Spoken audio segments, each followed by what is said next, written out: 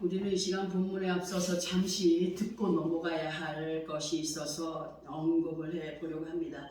구약성경 느헤미야서 11장을 보게 되면은 11장 1절에 보게 되면은 예루살렘에 거한 백성들과 예루살렘 밖에 거한 백성들에 대하여서 언급되어 있고 2절에서 보게 되면 예루살렘에 거주하기를 자원하는 모든 자를 위하여서 백성들이 빌었다라고 하는 말씀이 기록되어 있습니다. 그래서 이 말씀에 대하여 잠깐 설명을 하고 넘어가 보려고 합니다. 이 시간에 이 말씀에서 예루살렘을 우리는 어떤 지역으로 생각하지 않고 영적인 의미로 들어왔던 예루와 살렘이 합쳐진 합성어의 의미를 따라서 예루살렘 안과 예루살렘 밖의 상황을 비교해서 들어봅니다. 많은 사람들이 예수 그리스도 안에 있어도 아버지 하나님의 평안에 거하지 못하는 것은 그 믿음의 마음밭이 되는 예루, 곧 기본이 되는 터가 요동치기 때문이다. 요동치기 때문이다. 흔들리기 때문이다 하는 그런 말들 우리는 잊지 않고 있습니다. 그러나 아버지 하나님께서 주시는 평안을 누려가는 사람은 정말 믿음의 밭이 되는 예루, 곧 기본되는 터가 어떤 범사 가운데 있든지 요동치지 않고 믿음을 지켜가는 사람으로 아버지 하나님의 평안, 곧 살렘에 거한 자들이라고 할 수가 있음을 우리는 늘 들어왔습니다. 이러한 설명 앞에 우리는 어떠한 가운데 거하여 있는 사람들이 돌아보면서 더욱더 온전한 예루살렘에 거한 믿음의 사람들이 되어가야 되겠고, 또 예루살렘에 거하기를 자원하는 자, 곧 믿음 안에 거하여서 서로 협력하여 선을 이루어가기를 노력하는 그러한 백성들을 향하여서 우리는 정말 그 중보의 기도를 실어주는 정말 중보의 기도를 실어주는 그들이 예루살렘 안에 거하여 살기를 원하여서 복을 빌어주는 그러한 사람들이 되어가므로 더욱더 반석의 믿음의 집을 든든히 지어가는 우리 모두가 되어야 함을 말씀을 드리면서 이 시간 듣게 하시는 말씀에 귀를 기울여 보도록 하겠습니다. 사람들이 예수 그리스도 안에 있어도 그 믿음의 모습을 크게 두 가지의 유형으로 우리는 항상 나누어 보았습니다. 어떤 건 영의 사람, 육의 사람으로 나누면서 또 어떤 사람은 자신의 고정관념에 틀에 박혀있는 사람이 있는데 하면 어떤 사람은 고정관념의 틀을 뛰어넘은 사람이 있다는 거죠. 하나님께서는 늘 성경을 통하여서 인간의 한계가 되는 고정관념을 뛰어넘을 때에 인간의 상식을 뛰어넘고 지식을 뛰어넘고 인간의 생각의 고집들을 뛰어넘을 때에 믿음의 변화를 보여갈 수 있다는 사실을 늘 성경을 통하여 우리에게 알려주셨습니다. 그러나 그 하나님의 말씀을 정말 듣고 이해를 하는지 못하는 것인지 여전히 자기 고집에 갇힌 믿음 생활에서 벗어나지 못하므로 10년, 20년이 돼도 영적인 제자리 걸음에 머물러 있는 사람들이 있더라고요. 한 며칠 동안 또 사람을 만나면서 정말 이렇구나, 참 안타깝다라는 생각을 했는데 그 중에서 어떤 이들을 보면은 자신들이 진정 바른 믿음 안에 있다라고 주장을 하지만 어떤 인간의 상식과 거짓에 그 어떤 세뇌되어 버린 이단자들을 보면 더욱더 그러한 고정관념 내지는 선입견 또는 착각 속에 있음이 아주 강함을 볼 수가 있어요.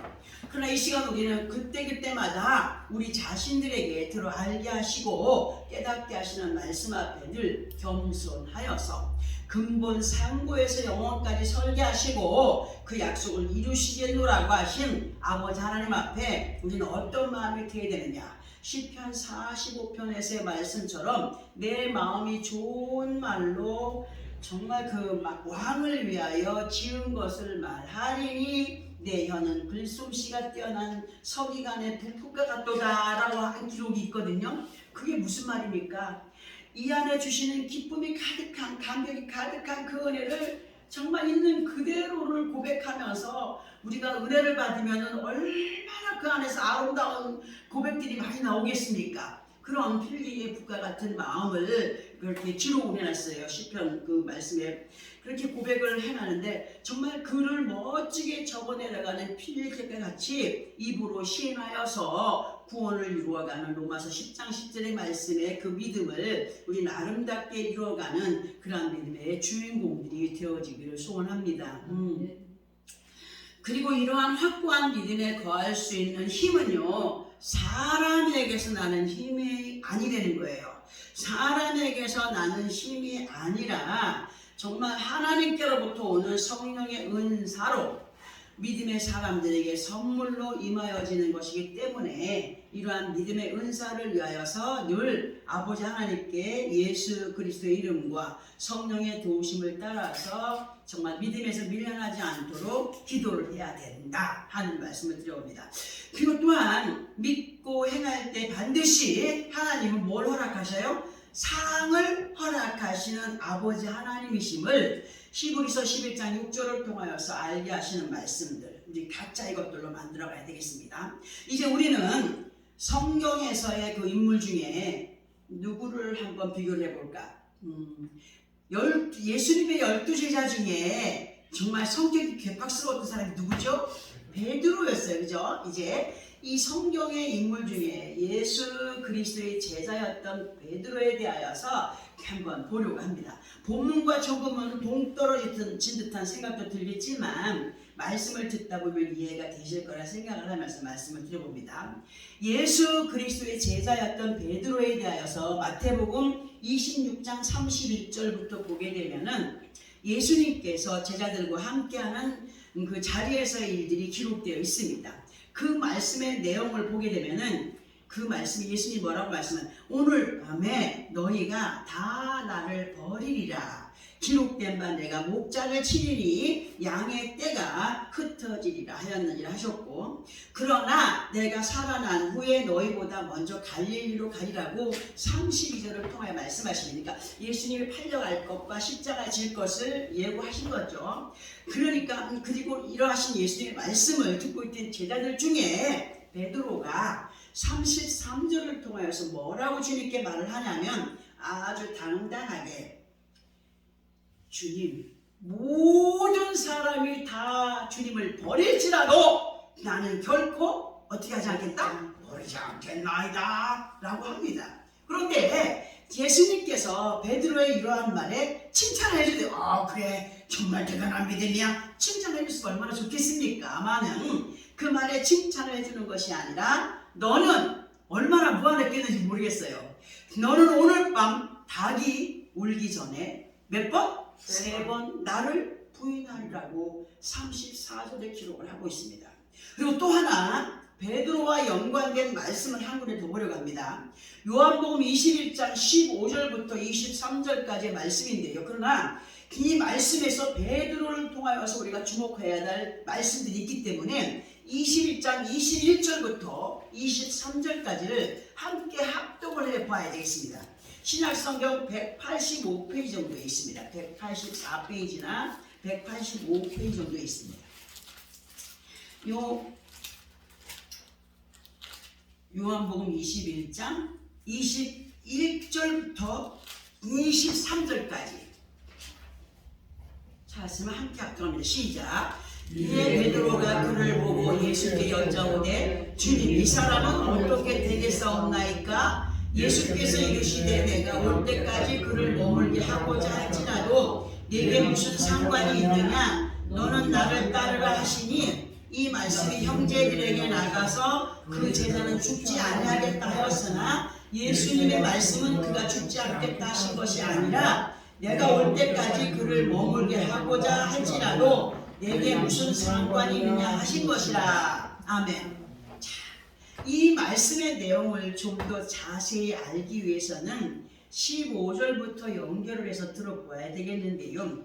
15절에서의 시작이 예수님과 제자들이 조반을 먹은 후에 예수님께서 베드로를 향하여서 요한의 아들 시몬아 네가 이 사람들보다 나를 더 사랑하느냐라고 물으십니다. 그러니까 베드로의 대답이 주님 내가 주님을 사랑한다는 것을 누가 더 잘 안다고? 주님이 더 잘 알고 있지 않습니까? 대답을 합니다. 그리고 이렇게 대답을 한 베드로에게 내 어린 양을 뭐하라? 먹이라고 하십니다.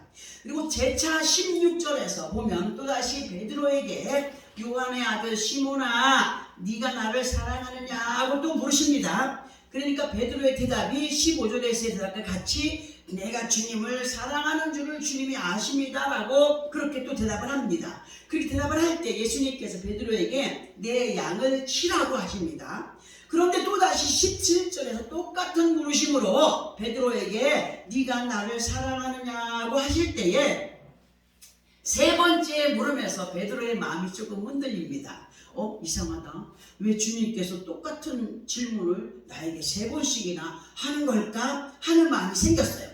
이거 예수님께 대답하는 베드로의 마음이 조금 달라진 듯 보이는데 그 이유가 뭐냐면 조금 전까지만 해도 당당하게 내가 주님을 사랑하는 줄을 주님이 아시지 않습니까? 였다면 세 번째 대답에서는 주님 모든 것을 아시오매 내가 주님을 사랑하는 줄 아십니다 라고 합니다. 자, 이러한 베드로의 대답을 들으신 예수님께서 내 양을 먹이라고 하십니다. 우리는 이 말씀을 통하여서 그리고 예수님과 제자 베드로의 대화 속에서 아주 귀한 말씀의 내용을 보아야 되는데요. 예수님께서 요한복음 21장 15절부터 시작해서 17절까지를 보면서 우리가 예수님이 베드로에게 뭐라고 하십니까? 첫 번째는 내 어린 양을 먹이라. 두 번째는 내 양을 치라. 그리고 세 번째는 내 양을 먹이라고 하셨습니다. 우리는 그동안 이 말씀에 대하여서 내 양을 먹여라, 쳐라, 먹이라 하실 때에 그 말씀의 의미를 목회자가 성도들을 이끄는 것에 대한 의미로 보았습니다. 그렇게 알아왔습니다. 오늘 이 시간도 역시 여전히 그렇게 이 말씀을 우리가 들으면서 그렇게 인식을 하고 이 말씀을 대하였을 사람도 있을 겁니다. 그러나 이 시간의 의미는 우리의 착각을 무너뜨리는 이 의미가 될 텐데요. 한번 잘 들어보시기 바랍니다. 예수님께서 베드로에게 네가 나를 사랑하느냐고 물으셨습니다.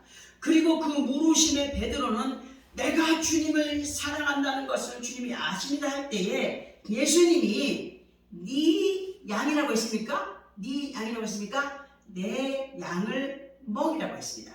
네 양이 아니라 내 양을 먹이라 하셨을 때에 이 의미를 이 시간에 이렇게 들어옵니다.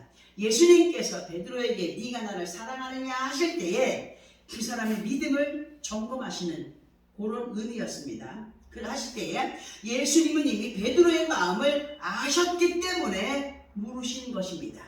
그리고 그 베드로가 더욱 믿음의 경고에 서야 한다는 사실을 말씀해 주신 것으로 네가 나를 사랑한다라고 하지만 아직은 네가 어려. 더 많은 생명의 꼴로 자라가야 된다 하는 의미로 내 양을 먹이라 하는 것을 연결해 볼 수가 있습니다. 그리고 내 양을 치라 하신 것은 영적인 목축으로 믿음의 행위와 열매에 대한 것으로 진정한 믿음 안에서의 순종, 그것이 목축입니다. 내 양을 쳐라. 그러니까 우리가 말씀만 먹고 끝나는 것이 아니라 그 말씀이 나를 인솔해 갈 수 있도록 인도받을 수 있는 사람이 돼야 돼요. 그것이 양을 치는 목동을 통하여서 그렇게 이끌림 받는 양이 됩니다. 그렇게 그 양을 치라 한 것을 이렇게 의미를 둘 수가 있고, 그리고 세 번째에서 내 양을 먹이라 하신 것을 고린도전서 10장 12절의 말씀과 연결을 해볼 때에 네가 믿고 행함으로 든든히 서가고 있느냐?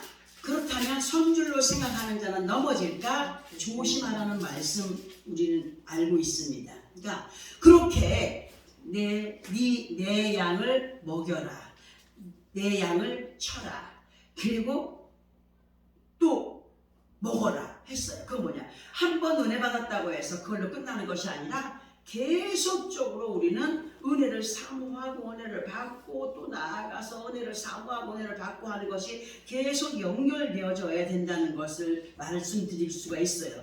그러니까 세워져 가기를 더욱더 힘쓰므로 영적인 움직임이 멈추지 않는 믿음의 삶을 살아가야 된다는 의미로 그걸 들 수가 있습니다. 이러한 말씀의 의미들을 우리 자신들과 또한 연결을 해서 보게 되면은 생명의 말씀으로 믿음을 키워가라. 그리고 진정한 예수 그리스도 안에 자라가는 믿음 안에 있다면 믿음의 행위를 반드시 보여가라.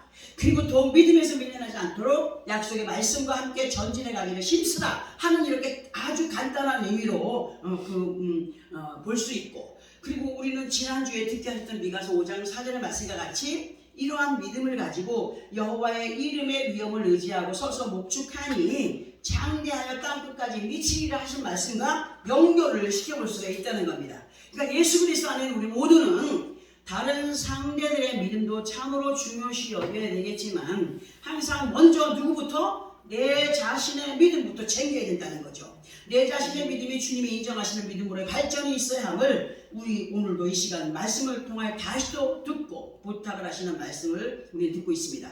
그러니까 예수 그리스도 안에 있는 우리 모두는 목자가 되시는 예수 그리스도의 뭐죠? 양들입니다. 양.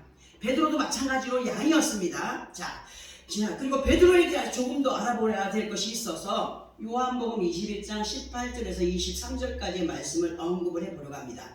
요한복음 21장 18절에서 23절까지의 말씀의 내용은 예수님께서 베드로에게 십자가를 지게 될 것에 대한 말씀의 내용이며, 그리고 19절에서의 말씀은 베드로의 희생으로 하나님께 영광이 될 것에 대한 내용으로 기록이 되어 있습니다. 그건 뭐냐면 네가 젊어서는 네 마음대로 뛰뛰고 다녔지만은 네가 늙어서는 이제 네 마음대로 가지 못한다. 그러니까 우리가 보통 이것을 거꾸로 십자가를 질 것을 예고하셨다라는 말씀으로 많이 들어오지 않았습니까? 그런데 그런 거 희생으로 네가 그런 희생으로 인하여서 하나님께 영광이 될 것에 대한 내용으로 19절에 기록이 되어 있고, 19절 마지막 부분에서 보면은 뭐라고 했느냐, 베드로에게 예수님께서 나를 따르라 하셨습니다. 나를 따르라. 그런데 예수님을 통해서 이런 말씀을 듣게 된 베드로가 나를 따르라 할 때 아멘 했으면 되잖아요. 그죠? 그런데 베드로가 20절에서 보면은 약간 엉뚱한 행동을 하게 됩니다. 예수님이 나를 따르라 하시는데 그 사람이 엉뚱한 행동을 보이게 된 이유는 앞에서 네가 십자가를 질 거야, 그리고 나를 따라야 돼 하셨는데, 예수님의 이 말씀을 듣고 있던 베드로가 예수님께 답변을 하지 않고 말을 돌려서 예수님과 함께 만찬석에 있을 때에 예수님의 품에 안겨서 주님을 팔 자가 누굽니까? 라고 묻던 제자가 있었어. 그 제자를 우리는 요한이라고 합니다. 자, 그 사람을 보면서, 그 예수님 옆에 있는 그 사람을 보면서 예수님께 이런 말을 합니다. 대답 대신에 주님, 그러면 이 사람은 어떻게 되겠습니까? 합니다. 우리는 베드로의 이 물음의 의미를 알아야 됩니다. 베드로의 이러한 물음의 의미는 왜 다 같은 예수님의 제자인데 왜 나만 그렇게 모지 십자가를 져야 됩니까? 하는 것으로도 볼 수가 있다는 거죠. 자, 이러한 마음을 갖고 예수님께 되묻는 베드로의 마음을 예수님이 모셨다고요? 알고 계셨습니다. 그리고 베드로에게 내가 올 때까지 그를 머물게 할지라도 네게 무슨 상관이 있느냐? 너는 다만 나를 따르라고 또 말씀을 하십니다. 우리는 이러하신 말씀의 의미들을 다 같은 예수 그리스도 안에 있어도 그 각자들에게 맡겨진 믿음의 그릇들이 다 다르다는 사실을 알아야 됩니다. 어떤 사람은 예수 믿고 평안한 가운데 부유한 가운데 살아가고 있고, 어떤 사람은 구질구질 진실하게 정말 진실도 못 사는 사람이 있고, 어떤 사람은 평안하게 가는 사람은 정말 고통 속에서 괴로움 당하며 가는 사람이 있지 않습니까? 그럴 때 어떤 사람은 왜 나는 이런 고통을 당해야 됩니까? 라고 하는 사람이 있지 않습니까? 베드로와 똑같은 사람입니다. 우리는 모든 범사에 하나님이 내게 준 믿음의 그릇이 그와 다르다는 사실을 알아야 된다. 이 땅에서 평안하면 그 땅의 상급은 그만큼 깎입니다. 이 땅에서 모든 범사 가운데 불복진 삶을 살아가면서 감사하는 것은 큰 상급이 임한다는 사실. 그러니까 내게 주어진 모든 것에 내 믿음의 그릇이 이렇게 다른 사람하고 다르다는 사실을 꼭 알아야 되고, 그리고 다시 베드로의 입장으로 돌아가서 보게 되면은 왜 하필이면 나입니까 하는 그 믿음 없어 보이는 그 모습이 베드로에게만 있는 자입니다. 이러한 베드로의 모습이 우리들의 모습이 아니라고 할 수 없다는 거죠. 우리는 이제 이러한 말씀의 내용들을 본문과 연결을 시켜서 들어보려고 합니다. 우리 본문을 다시 한 번 더 합독을 해 보겠습니다. 사도행전 13장 20절에서 22절입니다. 시작. 그 후에 선지자 사무엘까지 사사를 주셨으니 그 후에 왕을 구하거늘 하나님이 베냐민 지파 사람 기스의 아들 사울을 40년간 주셨다가 패하시고 다윗을 왕으로 세우시고 증언하여 이르시되 내가 이새의 아들 다윗을 만나니 내 마음에 맞는 사람이라 내 뜻을 다 이루리라 하시더니 아멘. 자, 지금 이 본문의 말씀의 내용을 보자면 사사 시대에서 왕의 시대로 그리고 그 왕의 시대가 오면서 이스라엘의 초대 왕을 베냐민 지파의 사람 기스의 아들인 사울을 세우셨습니다. 베냐민 지파는 누구에게 속한 사람들입니까? 야곱에게 속한 야곱의 12아들 이 중에 12번째 아들이 베냐민이었습니다. 그 베냐민 지파 사람 기스의 아들인 사울을 세우셨고 그리고 약 40년간을 집권하는 가운데 그의 패역함이 드러나기 시작했고 그 패역함이 더해갈 때에 하나님께서 사울을 왕으로 세우신 것에 대한 뭘 했죠? 후회와 함께 왕의 자리에서 내려앉게 하시고 사무엘 선지자를 통하여서 다윗에게 기름을 붓게 하심으로 이스라엘 왕이 되게 하시는데 하나님께서 이 다윗을 향하여 증언하여 말씀하시기를 내가 이새의 아들 다윗을 만나니 내 마음에 어떤 사람이라고요? 맞는 사람이라. 이전 성경에서는 내 마음에 합한 사람이라 이렇게 말씀이 기록되어 있습니다.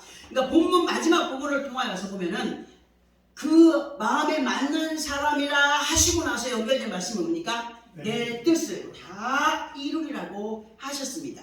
이 시간 본문의 말씀에서 두 사람이 비교가 됩니다. 한 사람은 사울이요 한 사람은 다윗입니다.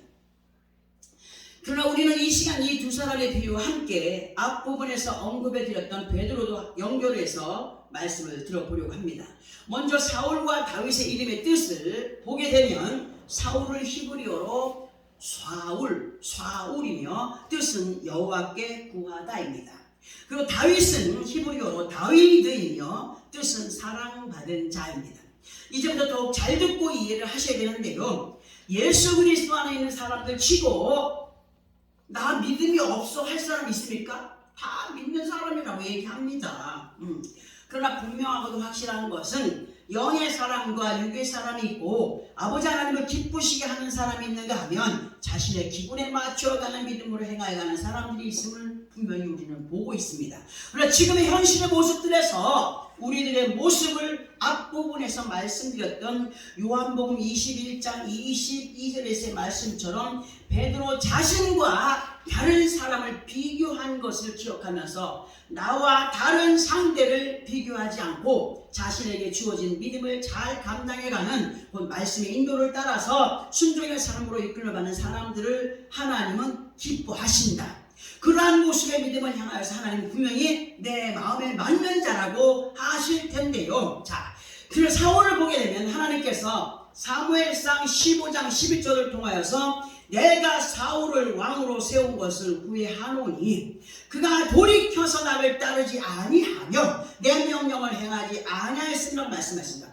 돌이켜서 행하기를 기다렸던 하나님, 우리도 마찬가지로 지금도 여전히 우리가 하나님 앞에 온전한 사람들로 돌이켜 행하여 가기를 인내하심으로 기다리시는 하나님이십니다. 자, 근데 우리는 이 말씀에서 하나님은 아무리 악한 자라고 할지라도 앞에서 언급해 드렸던 것처럼 돌이켜 행하기를 바라시는 하나님이신데 사울은 그러하신 아버지 앞에 돌이켜 행하지 못했다는 거예요. 더 악게만 갔어요. 돌이켜 행하지 못한 불순종의 사람이었음을 성경을 통하여 알게 하십니다. 이러한 말씀들을 왜 기록해 놓았겠습니까? 누구를 보게 하시기 위해서? 우리를 하여금 보고 깨닫게 하기 위하여서. 자, 그 다윗을 보게 되면 물론 다윗에 대하여서 많은 말씀들이 있습니다. 그러나 특별히 시편 27편 4절에서 5절을 보게 되면 다윗의 고백이 있는데 그 내용은 뭐냐? 내가 여호와께 바라는 한 가지 일, 그것을 구하리니 곧 내가 내 평생에 여호와의 집에 살면서 여호와의 아름다움을 바라보며 그의 성전에서 사모하는 그것이라. 이렇게 고백을 합니다. 하나님 앞에 아브라함 또한 남방으로 이동을 할 때 여호와의 전에 예배 드리는 것을 끊임없이 했다는 거예요. 제단을 쌓으면서. 마찬가지로 다윗도 그렇게 하나님의 아름다움을 그 성전에서 사모하며 의지하며 바라며 하는 것을 고백하는 거 아니겠습니까? 근데 5절에서는 여호와께서 환난 날에 나를 그의 초막 속에 비밀히 지키시고 그의 장막 은밀한 곳에 나를 숨기시며 높은 바위 위에 두시도다 하는 믿음의 확신을 갖고 모든 범사에 여호와를 의지하였으니 기록이 되어 있습니다. 자, 그리고 이렇게 하나님을 의지하여 행하는 다윗에게 있어 특별한 믿음의 모습을 사무엘상 26장 6절부터 11절까지의 말씀에서 볼 수가 있는데, 잘 들어보세요. 다윗은 자신을 너무나도 심하게 시기하고 질투하고 괴롭히고 죽이려 했던 누구요? 사울. 사울을 당장에 죽일 수 있는 기회가 있었어요. 그리고 함께 했던 아비새가 지금 당장에 죽일 수 있는 기회가 왔으니까 죽여버립시다 합니다. 그러나 아비새의 그 말을 들은 다윗은 사울이 여호와 앞에나 자신에게 생명이 위협이 되고 포악한 사람이었으나 그래도 하나님께서 기름 부어 세우셨던 사람인데 그를 치게 되면 그 죄가 누구에게로 돌아가겠느냐. 손대지 말자. 하나님께 맡겨드리자 합니다. 하나님께서 그를 분명히 간섭하리니 죽든지 전쟁에 나가서 망하게 되든지 할 것이니까 우리가 손대지 말자. 내 손에 피 묻히지 말자. 모든 결과를 하나님께 맡겨드리자. 어떻게 됐어요? 전장에 나가서 명하고 죽고 안 했습니까? 자, 그리고 12절에 보면 사울이 자고 있던 머리맡에 있던 창과 물병만 챙겨서 그 자리를 떠났음이 기록되어 있습니다. 이 말씀들을 보면서 우리는 나부터 그냥 그 자리에서 뭔가 해결하려고 그냥 안갚음하려고 하는 마음들이 부글부글 끓으면서 행동하지 않았습니까? 부끄럽더라고요.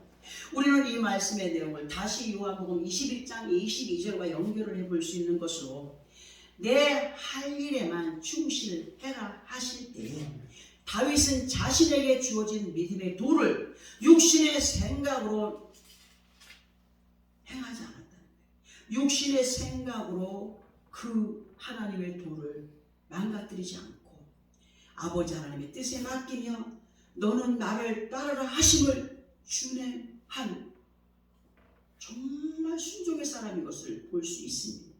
오늘 이 시간 이러한 말씀의 내용들이 우리에게 어떤 교훈을 주시느냐, 다시 한 번 더 거듭 말씀을 드려보자면 십자가의 도를 넘어버리는 육신의 감정을 따르지 않는 겸손의 믿음 곧 지는 자가 뜨나 이기는 자로 인정을 받는 믿음의 사람들이 되어가기를 우리에게 말씀으로 강하게 인식을 시켜주고 계십니다.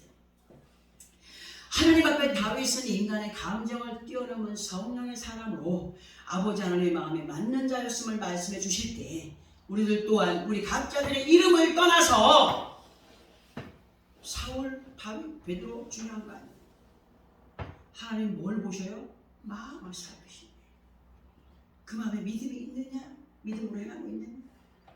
우리의 이름을 떠나서 또 직임을 떠나서 목사님, 장로님, 권사님, 집사님 떠나서 오직 성령의 사람이 될 때에 하나님의 마음에 합한 자들로 아버지 하나님의 뜻을 이루어가는 것, 그것에 인색하지 않을 것을 말씀해 주십니다. 그리고 고린도후서 6장에서 보면 사도 바울께서 기록한 말씀으로 6장 7절부터 10절까지를 보게 되면 진리의 말씀과 하나님의 능력으로 의의 무기를 좌우에 가지고 영광과 욕됨으로 그러했으면 악한 이름과 아름다운 이름으로 그러했느니라. 우리는 속이는 자 같으나 참되고 무명한 자 같으나 유명한 자요 죽은 자 같으나 보라 우리가 살아있고 징계를 받는 자 같으나 죽임을 당하지 아니하고 근심하는 자 같으나 항상 기뻐하고 가난한 자 같으나 많은 사람을 부유하게 하고 아무것도 없는 자 같으나 모든 것을 가진 자로다라는 이 말씀의 의미를 진정으로 깨닫고 나아가는 믿음의 사람들이 된다면 사람의 이름으로 볼 때 베드로나 사울이나 다윗은 그저 육체를 입고 있는 사람들 뿐이었다. 예수님도 그렇고 순동이도 그렇고 성근이도 그렇고 주석이도 그렇고 현숙이도 그렇고 양진이도 그렇고 아무나 다 모든 믿음의 사람들이 그저 육체를 입고 있는 사람들 뿐이나 그러나 하나님은 기본이 되는 믿음의 터를 더욱더 중요시 여기는 분이다.